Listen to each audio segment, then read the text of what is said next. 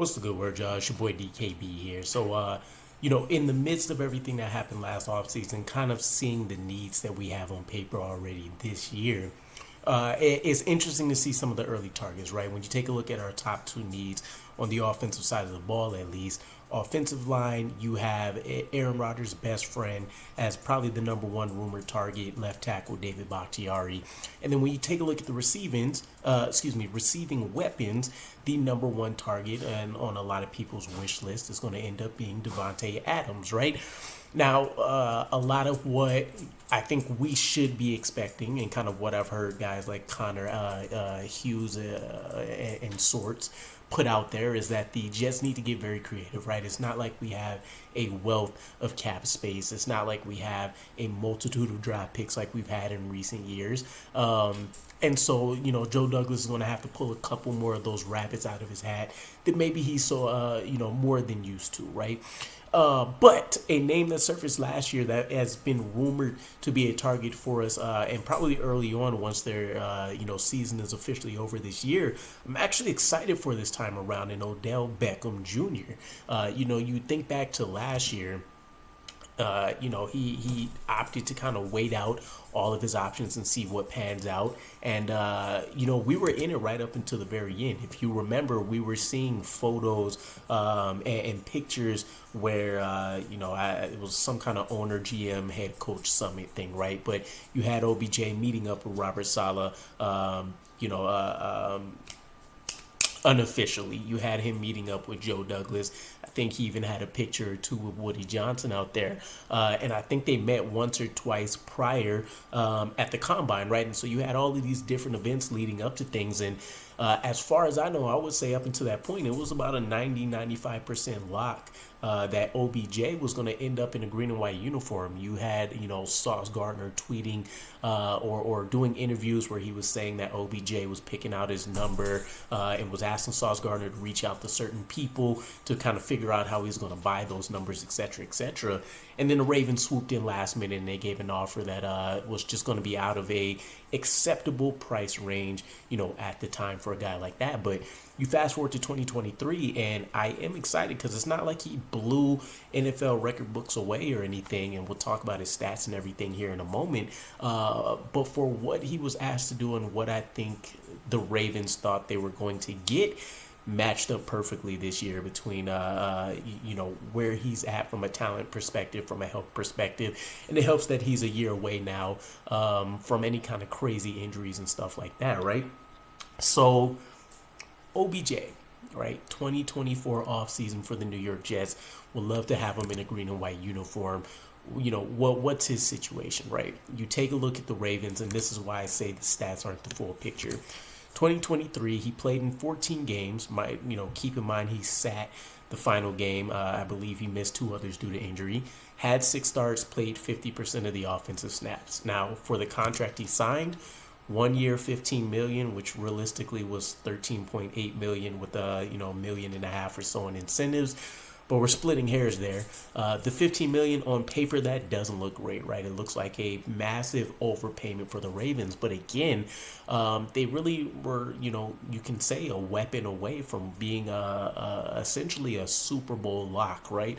People felt that good about this Ravens roster between what they have on defense, how well coached they are, of course, offense.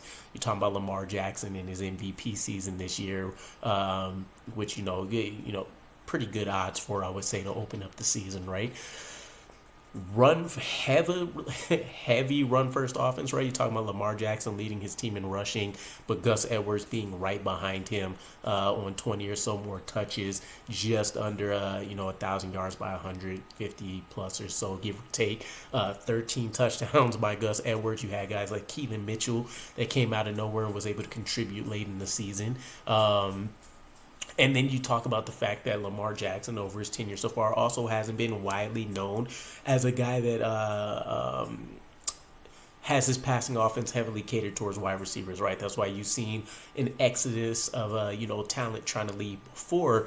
That offense runs through Lamar Jackson's legs, the running backs, and then his tight end Mark Andrews. You can throw Isaiah Likely in there now, who's had a pretty good season filling in. But, to kind of put it out there, Mark Andrews is still third on the team in most of the receiving categories, and he's only played in 10 games for them.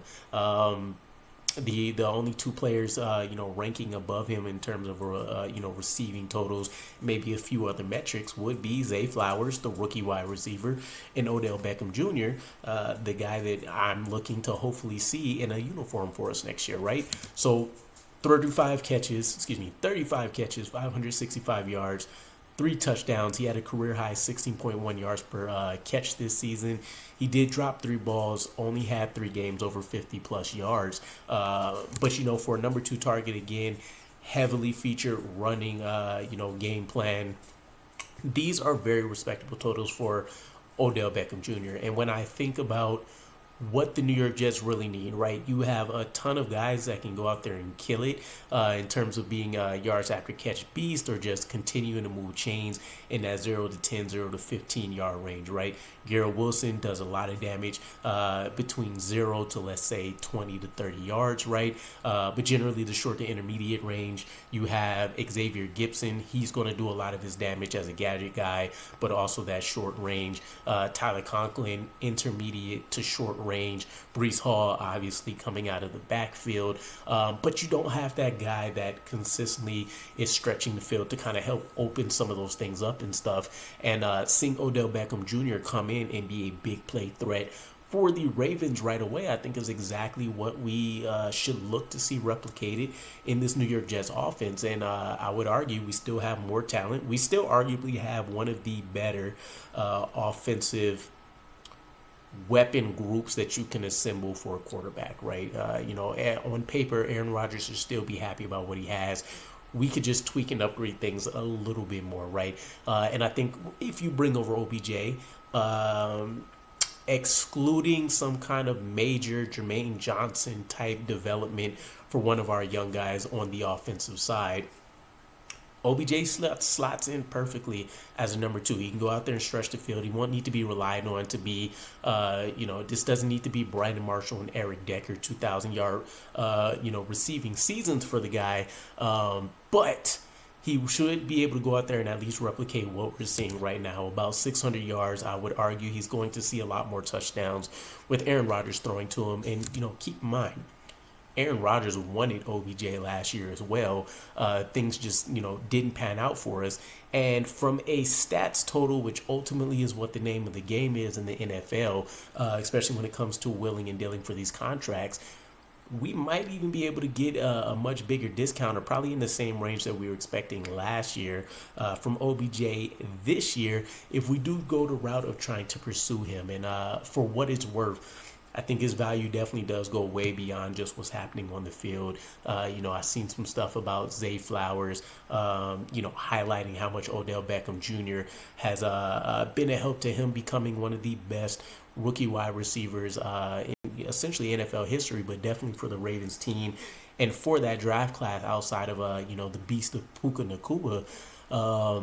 And then you also have guys on the defensive side that talked about his impact as well, like Patrick Queen. You have former teammates like Sterling Shepard that have talked him up. As much as the diva comments have been put out there, everything that I've seen in the last 2 to 3 years span at least has generally been guys commentating about how much of a locker room central piece that he is on those teams. So we'll see how he ends up looking in the postseason, right?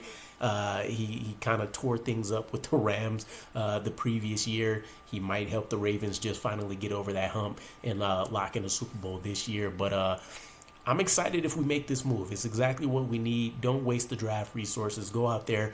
You can probably get him on the cheap. This wouldn't be one of those secretly creative moves that I'd expect from Joe Douglas, but this is directly I would say this is specifically one of the options we need to seriously consider, even for an aging veteran. And speaking about that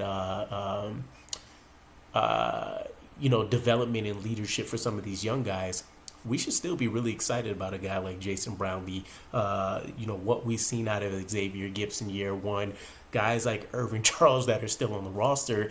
Maybe OBJ can be one of those foundational pieces that help kind of connect some of those dots as you're still talking about these young guys, Garrett Wilson included, transitioning into the NFL and being known as one of the greats at their position, or at least just effective contributors. So overall, let me know what you guys think. OBJ in green and white, should he be a serious target for us? And I'll catch you guys again.